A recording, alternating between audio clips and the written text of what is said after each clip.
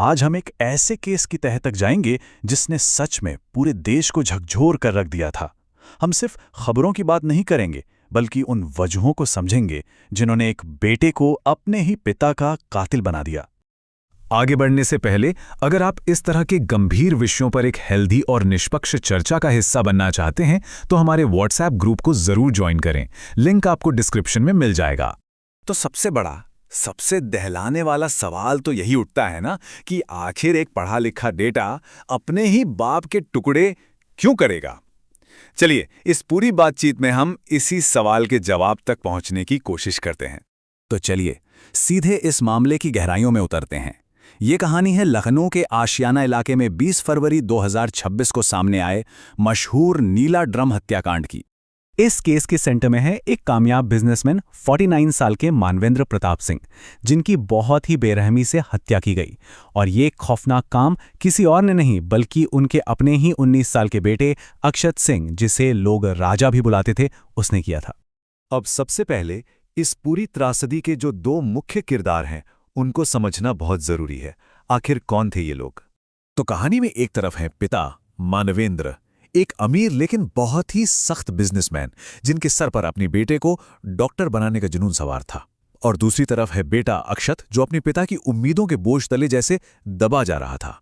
वो नीट, आप जानते ही हैं, भारत का सबसे मुश्किल मेडिकल एंट्रेंस एग्जाम, उसकी तैयारी छोड़कर बीकॉम कर रहा था। अक्षत का जो किरदार था ना, उसमें एक बहुत बड़ा कॉन्ट्रास्ट था। मतलब बाहर से देखने पर वो एकदम नॉर्मल आर्टिस्टिक लड़का था जो रामलीला में मेघनाथ का रोल तक करता था, लेकिन अंदर ही अंदर वो पढ़ाई में मिल रही नाकामी और पिता के दबाव की वजह से गुस्से और फ्रस्ट्रेशन का एक उबलता हुआ लावा बन चुका था। ये जो भयानक जुर्म हुआ, ये कोई एक रात में नहीं हुआ। ये सालों से एक घर के अंदर बन रहे एक साइकोलॉजिकल प्रेशर कुकर का नतीजा था, जो आखिरकार फट गया। तो चलिए उन घटनाओं पे एक नज़र डालते हैं जिनसे ये टेंशन, ये घुटन अपनी हद तक पहुंच गई। देखिए, इसकी शुरुआत होती है अक्षत की मां की एक बड़ी ही दर्दनाक आत्महत्या से, और इसका इल्ज़ाम अक्षत कहीं ना कहीं मन ही मन अपने पिता पर लगाता था। फिर एक बगावत हुई, वो कानपुर भाग गया, और आखिर में घर में हुई चोरी ने बाप का भरोसा बिल्कुल खत्म कर दिया। और इसके बाद शुरू हुई अक्षत पर 24 घंटे की निगरानी। पता है, कानपुर वाली घटना के दौरान उसने अपने पिता को 6 पन्नों का एक खत लिखा था, और उसमें ये लाइन, मैं आपसे ज्यादा पैसा कमाकर दिखाऊंगा, ये साफ साफ दिखाती है कि उसके अंदर अपने पिता को लेकर कितनी गहरी हीन भावना और एक अजीब सी दुश्मनी पल रही थी। वो खुद को साबित करना चाहता था, पर उसका तरीका बिल्कुल गलत था। तो सवाल ये है कि आखिर वो कौन सी एक बात थी, वो कौन सी घटना थी जिसने अक्षत को उस लाइन के पार धकेल दिया जहां से लौटना नामुमकिन था। आखिरी और सबसे बड़े झगड़े की वजह बनी एक बहुत बड़ी रकम, पूरे 50 लाख रुपए। ये पैसे मानवेंद्र ने अपने बिजनेस का लाइसेंस रिन्यू कराने के लिए घर पर रखे हुए थे। और ये समझना जरूरी है कि ये सिर्फ कोई मामूली बहस नहीं थी, ये बाप बेटे के रिश्ते का पूरी तरह से टूटना था। इसमें चोरी का इल्जाम था, कई थप्पड़ों से भरा फिजिकल ह्यूमिलिएशन था, और फिर पिता की अपनी लाइसेंसी राइफल से मिली जान से मारने की सीधी धमकी। और शायद यही धमकी हत्या का सबसे बड़ा ट्रिगर बन गई। 20 फरवरी को हत्या करने के बाद अक्षत ने जो किया वो और भी ज्यादा डरावना था। उसने एक मशहूर शो से आइडिया लेकर सबूत मिटाने का एक पूरा सोचा समझा प्लान बनाना शुरू कर दिया।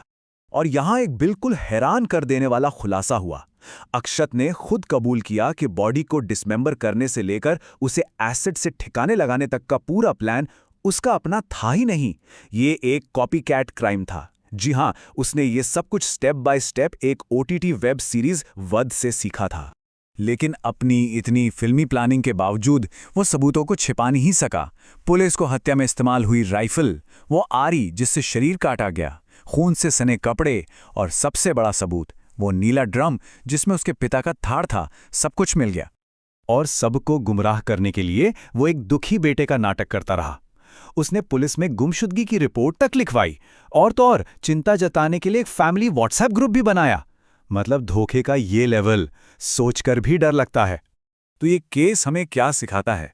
देखिए, ये सिर्फ एक क्राइम की कहानी नहीं है, ये एक केस स्टडी है जिससे हमारे समाज के लिए कई गंभीर सबक और सवाल खड़े होते हैं। क्रिमिनोलॉजी की भाषा में ऐसे जुर्म को पारिसाइड यानी पितृहत्या कहते हैं, और ये केस इसका एक क्लासिक एग्जाम्पल है जो सालों के झगड़े, नीट जैसे एग्जाम के भयानक दबाव और परिवार में बातचीत के बिल्कुल खत्म हो जाने का नतीजा था। और ये केस उन तमाम वार्निंग साइंस को भी उजागर करता है, उन रेड फ्लैग्स को जिन्हें सालों तक नजरअंदाज किया गया। ये जो छोटी छोटी घटनाएं थीं, ये असल में मदद के लिए एक पुकार थीं।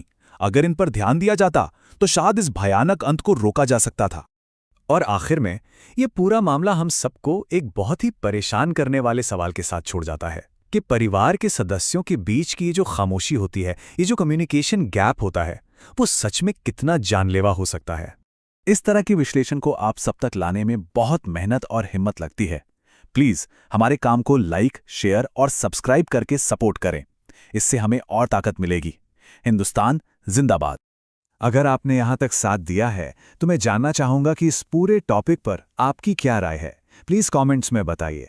चलिए इस पर एक अच्छी चर्चा करते हैं। और हाँ, प्लीज़ वीडियो को लाइक ज़रूर करिएगा, क्योंकि आपका एक लाइक हमें ऐसा काम करते रहने के लिए बहुत मोटिवेशन देता है।